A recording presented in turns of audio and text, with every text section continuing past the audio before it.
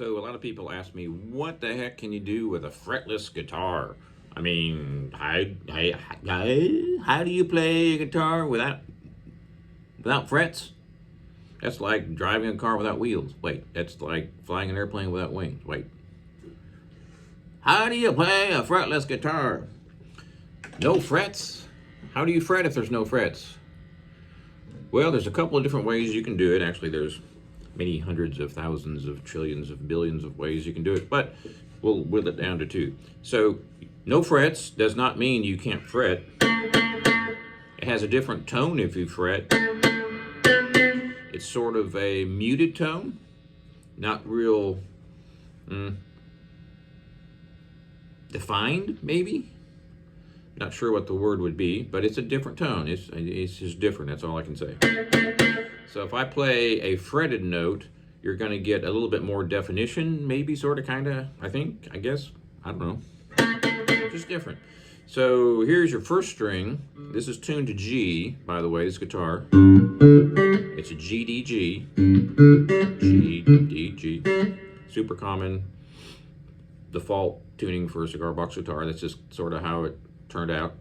There's no specific reason. There's no, like, you know, overarching worldwide entity that says you must tune to open G, but most people think you must tune to open G, so most people tune to open G. So I figured I'd do this video tuned to open G. So anyhow, let me show you a couple things you can do. So basically what I'm doing is I'm just pretending that there's frets on this guitar and I'm just playing guitar. I mean, thanks for watching. That's pretty much the gist of it. So when I'm fretting this note, I'm going to fret the first string. Well, you see there's not much sustain. That's because there's no frets. There's nothing for the string to push against to help it sustain. Also, the note is kind of muted, right? Here's the second string. A little bit more sustain there. Why? Because the second string is the fourth string of a regular electric guitar set, and it's a wound string. It's a piece of metal with more metal wound around it. Your first string, which is the third string of a regular guitar, is an unwound string. It's just a piece of metal, nothing wrapped around it. So the bigger strings and the wound strings give you more sustain. Not a whole lot more, but more. Here's the big string. The big string. This is an A string tuned down to G. It's the biggest string on this guitar. Way more sustain. Still not nearly as much as a fretted guitar. Basically, you just kind of have to figure out what notes you want to play and understand that they're going to be short and not very sustained on the unwound strings, unless you get a real big honking unwound string. The bigger the string, the more sustain, right? Even on the unwounds. So this is a regular third string. If I put, say, a super duper heavy, I don't even know what the gauge would be, maybe 20, something like that, it would sustain a whole lot better because it's a big heavy string. So first thing you can do is experiment with the string gauge as far as sustain. But you're never going to get the sustain that you would have on a fretted guitar. That's pretty much, I mean, that's just fact.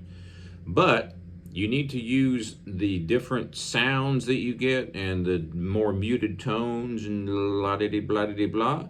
You need to use that as an advantage. And it's sort of like if you're an actor. This is not a very good analogy. Let's say you're an actor and you have a heavy accent and you're acting in a lot of American movies, right? Let's say you're from, I don't know, Brazil or somewhere, and you have a heavy accent.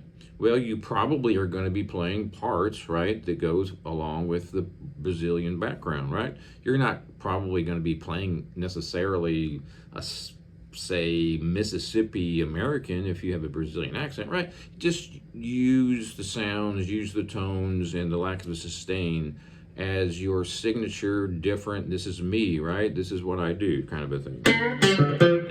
really good explanation. You know what I'm talking about. So here's a little riff I came up with.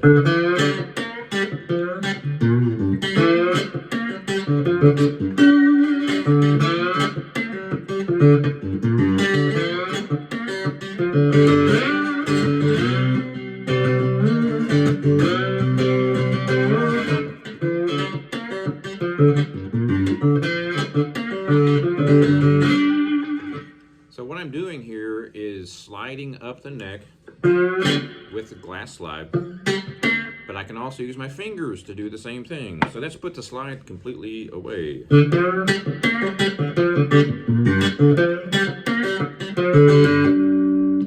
What I'm doing is just sliding on the neck, just like you would if you had a fretted guitar and you're sliding, right? Same thing. The other thing I'm doing is I'm muting with this hand. Takes some practice.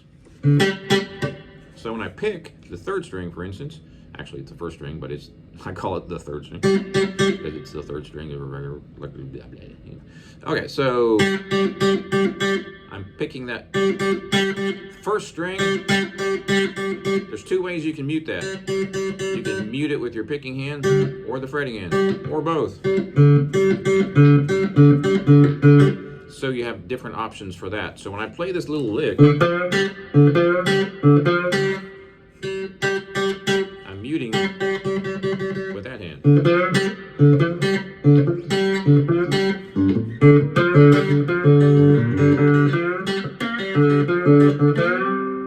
Now, one other thing you can do on the, sounds pretty cool, you need a little bit more distortion. You can actually slide your chord with no frets.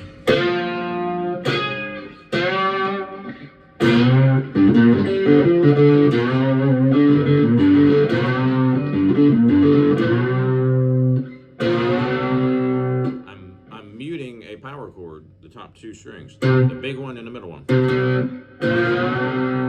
Now, if I do that with no distortion, it sort of kind of sounds wimpy, which, you know, you may want that sound. So here's the same thing slid up with no distortion. Much more muted and way less sustain, like way less, like hardly any sustain. So this actually is really cool if you play a quiet venue, right? Let's say you're playing a mellow jazz bar or something. You're playing a gig on a fretless. This sounds totally cool, right? Get a little bass drum, so you have a one-man band and just do a boom chicka, and then you do your little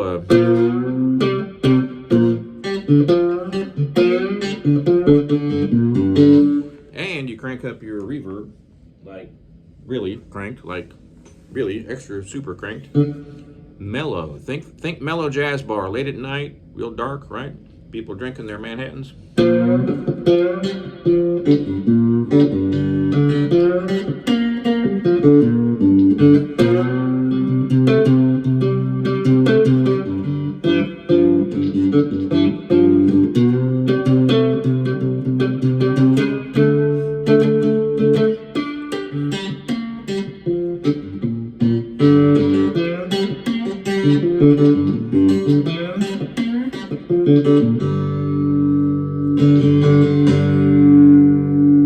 That's just a couple things you can do with a fretless electric cigar box guitar.